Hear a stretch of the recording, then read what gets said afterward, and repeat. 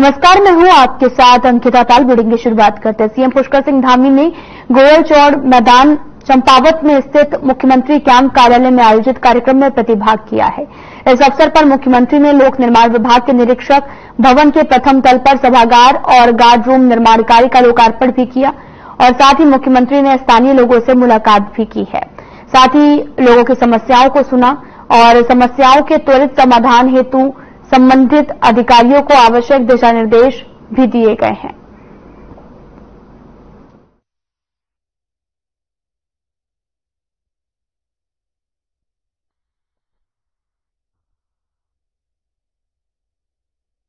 जो हमारी परिकल्पना है उस परिकल्पना को लेकर यहाँ साइंस सिटी बन रही है।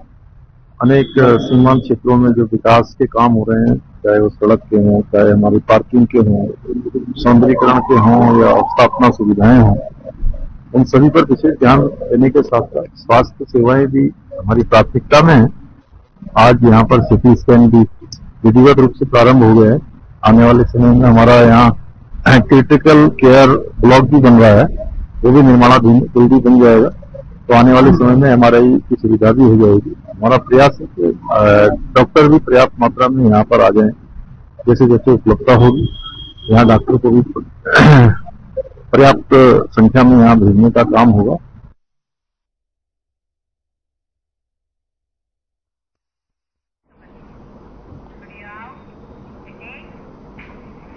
उत्तराखंड के नवनियुक्त राज्य चुनाव आयुक्त सुशील कुमार ने मीडिया से बात करते हुए कहा कि उन्होंने अभी इस पद को ग्रहण किया है। साथ ही वे अधिकारियों के साथ बैठक भी कर रहे हैं। राज्य में निकाय चुनावों को लेकर भी राज्य चुनाव आयोग तैयार है। साथ ही माननीय न्यायालय की तरफ से जब आदेश आएगा तब चुनाव करा लिए जाएंगे।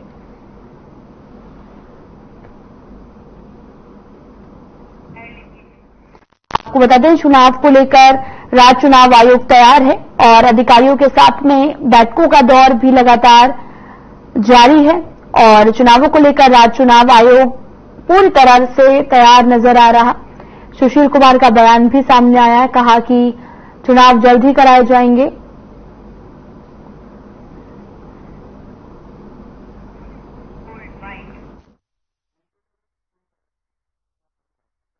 आज मैंने क्योंकि कार्यभार ग्रहण किया है तो मैं सारे इश्यूज को देख रहा हूँ और माननीय उच्च न्यायालय में और राज्य सरकार द्वारा जो हमें प्राप्त हुआ है सामग्री, उसके हिसाब से हम लोग विश्लेषण कर रहे हैं। तो उसको बात ही बता पाएंगे कि क्या स्थिति है।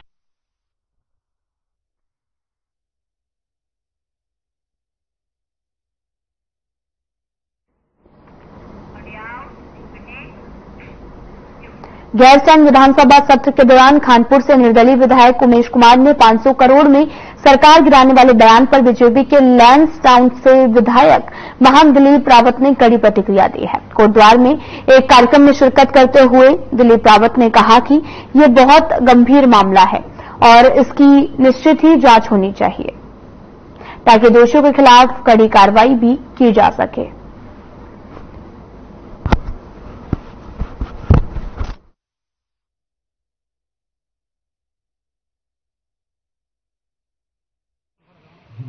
देखिए, अब वो सदन में कही हुई बातें हैं तो उस पर सरकार परीक्षण जरूर करवाएगी और मेरा भी निवेदन है कि इस पर परीक्षण होना चाहिए, क्योंकि अगर इतना बड़ा षड्यंत्र अगर हो रहा है तो निश्चित रूप से अगर हो रहा है तो उसकी जानकारी भी होनी, सरकार को भी होनी चाहिए और उसकी जांच भी होनी चाहिए।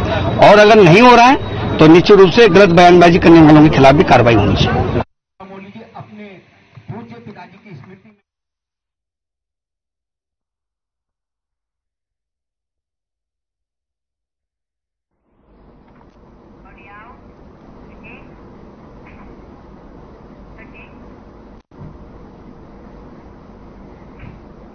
केदार घाटी में आई आपदा के चलते केदारनाथ धाम का पैदल मार्ग पूरी तरह से क्षतिग्रस्त हो गया था। पैदल मार्ग पर कई स्थानों पर बोल्डर और चट्टान आने की वजह से मार्ग भी अवरुद्ध हो गया, जिससे पैदल यात्रा बाधित हो गई थी। लिहाजा सरकार ने युद्ध स्तर पर राहत बचाव कार्य तो चलाया ही है, साथ ही पैदल मार्ग को यात्रा के लिए सुचारू करने का भी काम किया जा रहा है। साथ ही मुख्यमंत्री पुष्कर सिंह धामी ने भी कर्नल अजय कोठियाल को केदारनाथ धाम पैदल मार्ग का जायजा लेने के लिए भेजा गया था।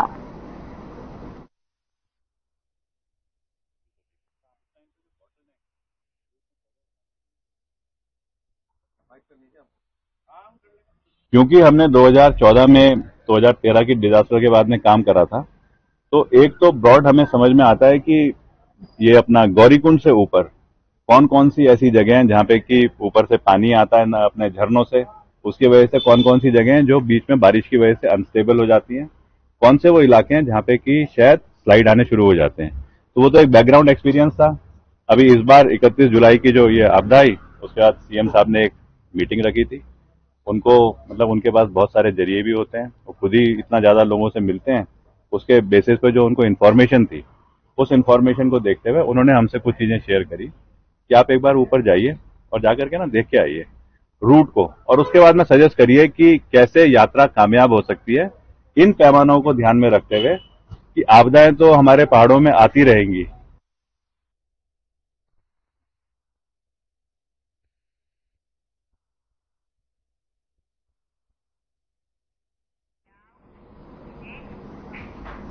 कांग्रेस के प्रदेश प्रवक्ता डॉक्टर प्रतिमा सिंह ने कहा कि प्रदेश के पर्यटन एवं तीर्थन मंत्री सतपाल महाराज बताएं कि केदारनाथ धाम में सोना प्रकरण की जांच कहां की गई है, और 1.25 साल बीतने के बाद भी कमिश्नर की जांच रिपोर्ट मंत्री तक नहीं पहुंची है। उन्होंने कहा कि गर्भगृह से सोने की परत चढ़ाने के समय तीर्थ पुरोहितों ने सवाल उठाए थे। उस समय मंत्री ने कहा था कि 1 महीने से जांच करेंगे, और अब कह रहे हैं कि जांच रिपोर्ट शासन में आरोपों की जांच होनी चाहिए। आपको बता दें कि मंत्री सतपाल महाराज ने जवाब मांगा है। दरअसल सोना प्रकरण मामले पर अभी भी बवाल मचा हुआ है। लगातार जांच कमेटी बनाई गई है और सोना प्रकरण मामले पर कई तरह के सवालिया निशान भी खड़े हो रहे हैं। महाराज बताएं कि कहां पर जांच रिपोर्ट पेश की गई है और जांच रिपोर्ट कहां है। मंत्री सतपाल महाराज ने जवाब मांगा है।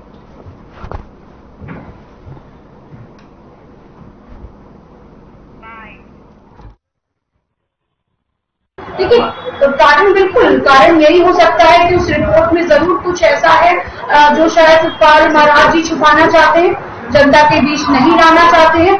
आप खुद सोचिए कि कोई भी एक चीज छुपाने का जनता के बीच, जिसका अधिकार जनता को जानने का है, कोई भी रिपोर्ट होती है किसी कमीशन की, वो आपको ये ज्ञात होगा कि वो एक पब्लिक डॉक्यूमेंट के डोमेन में आती है, और पब्लिक डॉक्यूमेंट जो है वो पब्लिक के सामने साझा ना करने का भारतीय जनता पार्टी का एक पुराना रिकॉर्ड है। चाहे वो आप कैग की रिपोर्ट को भी देख लीजिए, जिस तरीके से कमेटियां मुख्यमंत्री जी बनाते रहते हैं, उसकी कमेटी की रिपोर्ट को भी देख लीजिए। तो साझा मुझे लगता है कांग्रेस पार्टी डिमांड करती है कि आप वो जो रिपोर्ट है उसको साझा करिए।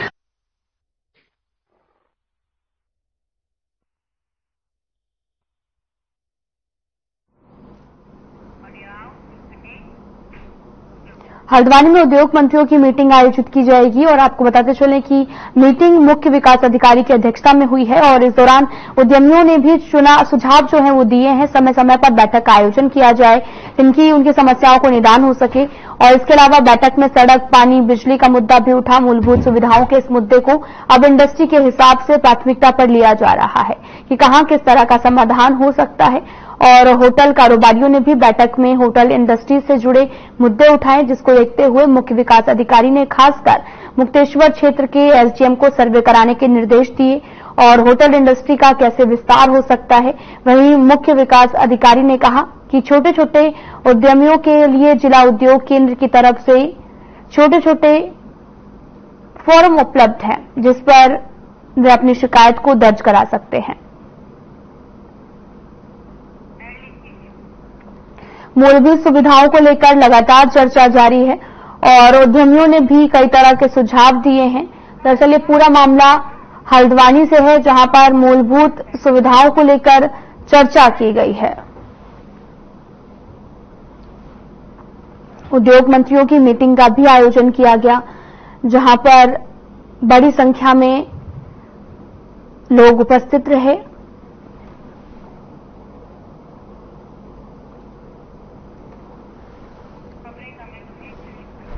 आपको बताते चलें कि उद्यमियों ने सुझाव दिया है, और खबर ये पूरा मामला हल्द्वानी से है, जहां पर आपको बताते चले कि मूलभूत सुविधाओं को लेकर ये मीटिंग की गई है।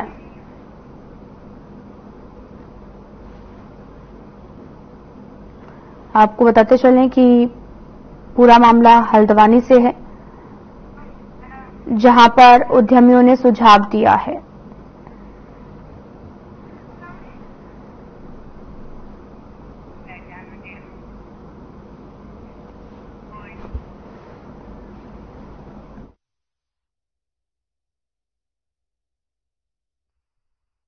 उद्योग मित्र की बैठक काफी लंबे समय बाद हुई है। तो एक तो इनकी डिमांड है कि रेगुलर मीटिंग होनी चाहिए जिससे हमारी समस्याओं का समाधान हो सके। दूसरा यह है कि इनके कुछ इंफ्रास्ट्रक्चर के मुद्दे हैं, जैसे बिजली, पानी, सड़क का। तो इनको जो इंडस्ट्री वाइज देखा जा रहा है कि कहाँ पे क्या समस्या है और उसका क्या समाधान हो सकता है। तीसरा, होटल इंडस्ट्री ने कुछ अपने मुद्दे उठाए हैं, क्योंकि होटल का विस्तार हो रहा है, तो उसके लिए भी संबंधित उप जिलाधिकारी को एक बार मुक्तेश्वर क्षेत्र में विशेषकर सर्वे करने के लिए बोला गया है कि वहां पे सर्वे करके बताए कि क्या समस्याएं हैं और उसका क्या समाधान हो सकता है। सर, इसी दफ्तर में जिसमें आप हैं, देखिए, इस तरह का इन जनरल तो कोई ऐसी शिकायत नहीं आई है। कोई इंडिविजुअल समस्या है तो उसका समाधान किया जाएगा। वैसे जहां तक छोटे व्यापारियों का प्रश्न है तो काफी सारे के फोरम्स हमारे बने हुए हैं जिसपे अपनी समस्याएं रख सकते हैं।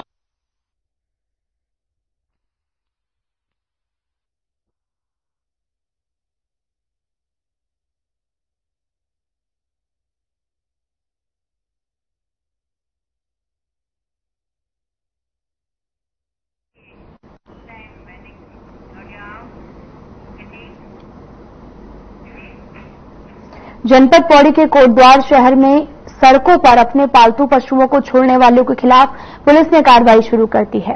एसएसपी पौड़ी लोकेश्वर के निर्देश पर 1 सितंबर से 15 सितंबर तक एक अभियान चलेगा, जिसके तहत सड़कों पर अपने पालतू पशुओं को छोड़ने वालों को चिन्हित कर उनके खिलाफ कार्रवाई की जाएगी।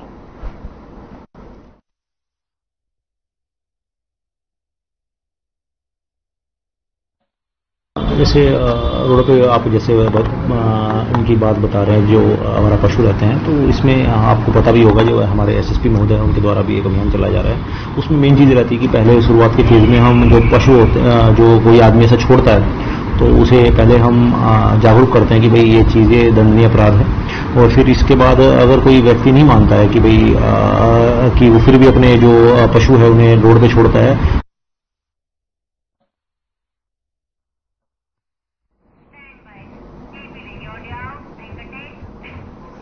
हल्द्वानी शहर में बढ़ते अपराध और असामाजिक गतिविधियों पर नकेल कसने के लिए पुलिस ने बीती रात व्यापक अभियान चलाया है। एसएसपी नैनीताल प्रहलाद नारायण मीणा के निर्देश पर यह अभियान शहर के कई क्षेत्रों में चलाया गया और अभियान का मुख्य उद्देश्य अपराधों पर नियंत्रण और महिला सुरक्षा को प्राथमिकता देना है। और साथ ही शहर में कई इलाकों में पुलिस की टीमों ने रात को गश्त करते हुए संदिग्ध लोगों की चेकिंग की है। इस दौरान कई वाहनों की जांच भी की गई है।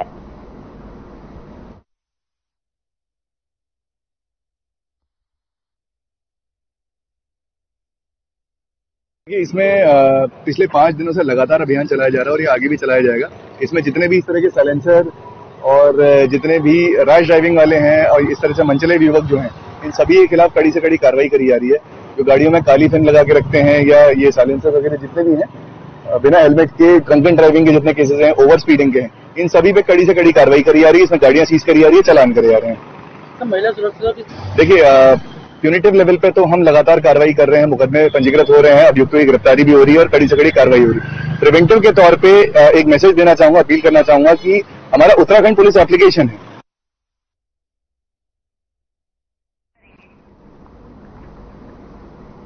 आपको बताते चलें कि एक्टिव मोड में पुलिस नजर आ रही है। दरअसल ये पूरा मामला हल्द्वानी से है, जहां पर आपको बताते चलें कि पुलिस एक्टिव मोड पे है। आपको तस्वीरें दिखा रहे हैं जहां पर वाहनों की चेकिंग की जा रही है, गाड़ियों को रोका जा रहा है। एसएसपी ने संदिग्ध लोगों की चेकिंग की है। दरअसल एसएसपी प्रहलाद मीणा ने चेकिंग अभियान चलाया। कई तरह की लोगों को रोका गया, उनसे पूछताछ की गई, उनकी गाड़ी के कागजात मांगे गए।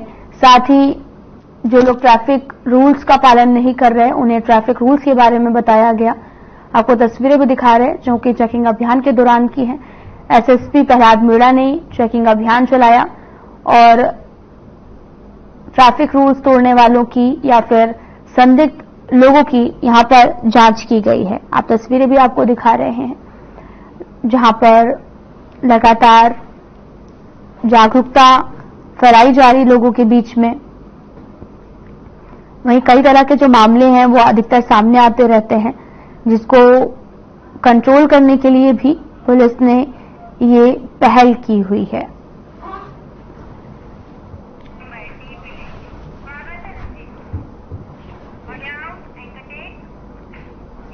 उपराष्ट्रपति जगदीप धनखड़ का उत्तराखंड दौरे का दूसरा दिन है और आपको बता दें कि बीते रोज उपराष्ट्रपति देहरादून जॉली ग्रांट एयरपोर्ट पर पहुंचे थे, जहां उनका राज्यपाल गुरमीत सिंह और सांसद त्रिवेंद्र सिंह रावत और उत्तराखंड के कई कैबिनेट मंत्रियों ने किया। और धनखड़ से उत्तराखंड दौरे के पहले दिन उन्होंने पेट्रोलियम यूनिवर्सिटी पहुंचकर वैज्ञानिकों, शिक्षकों, छात्रों से मुलाकात की। धनखड़ ने वृक्षारोपण भी किया।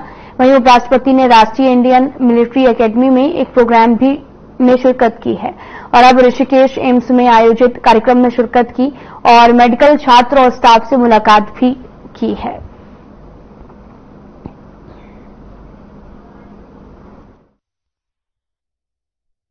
Friends, reflecting our age-old spirit, a sense of our civilization, our Bharat has not only mainstreamed sustainability into domestic governance, but also steered global commitments. Because we don't take ourselves separate from the world. We say world is one family, Vasudhaiva Kutumbakam. We spearheaded the International Solar Alliance. It is headquartered in Gurugram. More than 125 countries are its members. And launched the Green Credit Initiative at COP28. India hosts 85 Ramsar sites. You are trained people, you know the importance of it. This is the second largest network in Asia. Friends, India G20 defined to the world what India is. But it will ever be remembered for one aspect. And that aspect is the motto, the driving force, our age-old belief, a belief which we practice, we live with, and that is Vasudhaiva Kutumbakam. The motto was one earth, one family, one future. And this recognizes, puts to the entire world as a writing of the whole, the importance of collective action in tackling environmental challenges. It furthered the cross-cutting theme of life, which means lifestyle for environment, a theme with which our ancestors lived. A theme was extremely successful for societal development and growth. Envisioning a mass movement stimulating behavioral change at the individual level with wider positive impacts.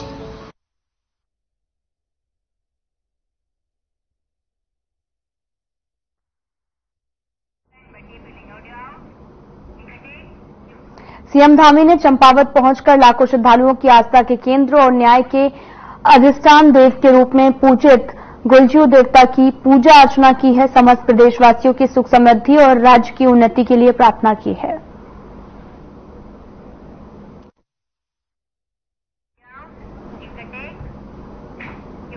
पूर्व cabinet मंत्री हीरा सिंह बिष्ट ने golden forest की जमीनों के घोटाले को लेकर 22 मई को सुप्रीम कोर्ट के आदेशों की अनदेखी करने का आरोप लगाया। बिष्ट ने कहा कि सरकार के कई मंत्री और उनके करीबियों पर भी जो है वो गाज जो है वो गिर सकती है और जिस कारण से सरकार कोर्ट के आदेशों की अवहेलना कर रही है, जिसको वो बर्दाश्त नहीं करेंगे। गोल्डन फॉरेस्ट मामले को लेकर सरकार के ऊपर लगे आरोपों का खंडन करते हुए कैबिनेट मंत्री सुबोध उनियाल ने कहा कि सुप्रीम कोर्ट के ऑर्डर के मुताबिक सरकार जल्द ही इसकी जांच कराएगी और समस्त भूमि जो जिसके कारण भी कब्जा की गई है उसको भी मुक्त कराएगी।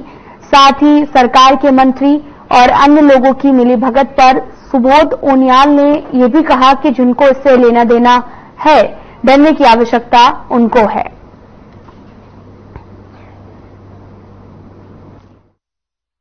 पूरा शहर, पूरा प्रेमनगर, पूरा हरकतपुर, विकास नगर, मसूरी, धनौली, टिहरी, सहदारा, पूरा 10,000 करोड़ की कम से कम संपत्ति है। सुप्रीम कोर्ट ने राज्य सरकार को कहा इसको नीलाम करो, क्योंकि बड़े बड़े माफियाओं ने कब्जा रखा।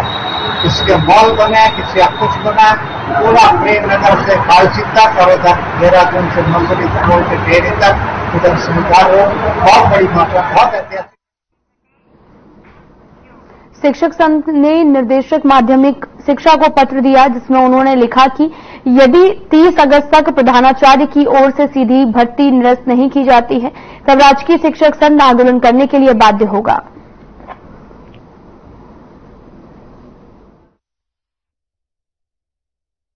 देखिए, प्रधानाचार्य सीधी भर्ती को लेकर उसके विरोध में राजकीय शिक्षक संघ उत्तराखंड उसके विरोध में जो है आंदोलन की राह पर निकल पड़ा है। चूंकि प्रधानाचार्य का जो पद रहा है वो अभी तक प्रमोशन से पदोन्नति से ही उसको भरा जाता था, और परंतु इस बार सरकार ने शिक्षकों की ना मानते हुए शिक्षकों के विरुद्ध जाकर ये सीधी भर्ती का जो है उन्होंने कार्यक्रम शुरू किया है, उसका दियाचा निकाला।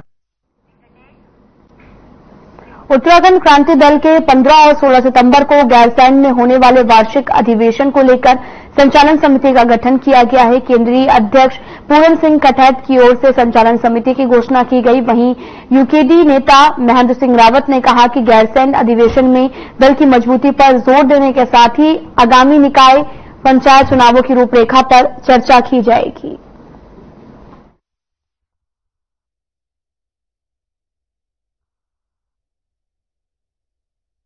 आंदोलनकारियों के उससे तो हमारा तो अपना संगठन में एक राजनीतिक दल है, उत्तराखंड क्रांति दल है। तो उत्तराखंड क्रांति दल अब के हमने मजबूती से कर रहे, क्योंकि हमने केंद्रीय स्तर पर भी एक निकाय प्रकोष्ठ का गठन कर रखा है। वो जगह जगह जाकर उस पर हमारे प्रत्येक जिलों में बैठकें शुरू कर दी उन्होंने। अभी जैसे देहरादून खटीमा ब्लॉक प्रमुख और बीजेपी नेता रंजीत सिंह नामधारी और बीजेपी प्रदेश कार्यकारिणी सदस्य रमेश चंद्र जोशी ने खटीमा ब्लॉक प्रमुख कार्यालय में एक प्रेस वार्ता का आयोजन किया, और प्रेस वार्ता में उन्होंने विधायक कापड़ी पर कई आरोप लगाए हैं।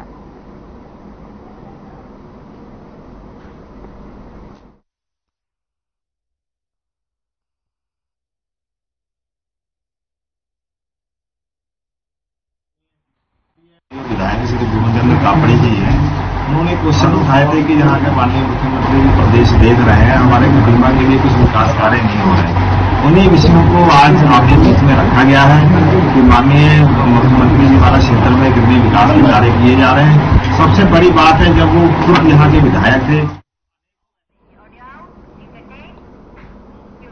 कुमायूं कमिश्नर ने जनता दरबार में बड़ी संख्या में ब्याज माफियाओं के कारनामे खुल गए हैं। शिकायतकर्ताओं ने ब्याज पर रकम दिए जाने के एवज में ब्लैंक चेक लिए जाने और उनके दुरुपयोग किए जाने की शिकायतें की हैं, जिस पर कुमायूं कमिश्नर ने संज्ञान लिया है।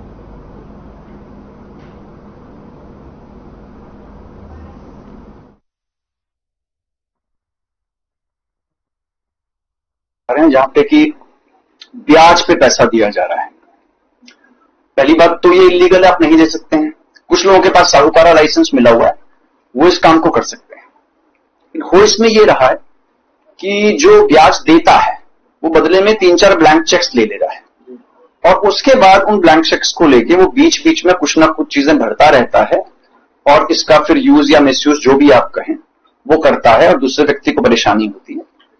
अगर कोई किसी से पैसे भी ले रहा है दोस्ती के नाते या किसी और वजह से, और वो पैसा के एवज में वो चेक दे भी रहा है, तो वो डेफिनेटली उसमें अमाउंट भरा हुआ होना चाहिए कि कितने रुपये का है। अगर उसको आप खाली ही छोड़ देंगे तो उसका कोई भी दुरुपयोग हो सकता है। सेकेंडली ये भी मैं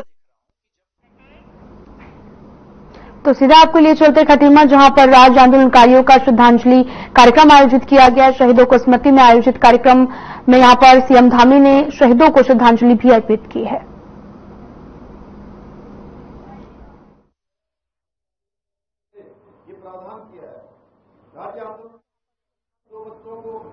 स्कूलों और कॉलेजों में निःशुल्क शिक्षा, सरकारी बसों में निःशुल्क यात्रा और उनके आश्रितों को पेंशन की सुविधा प्रदान की गई है।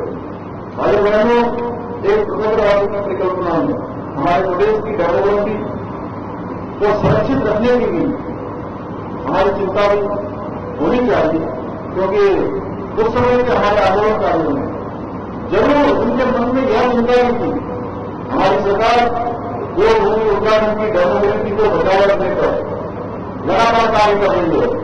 हमने एक सख्त धर्मांतरण रोधी कानून लागू करने के साथ ही प्रदेश के अंदर जो अवैध अतिक्रमण था उसमें 5,000 सरकारी एकड़ जमीन को इस अतिक्रमण से मुक्त करवाने का काम किया है।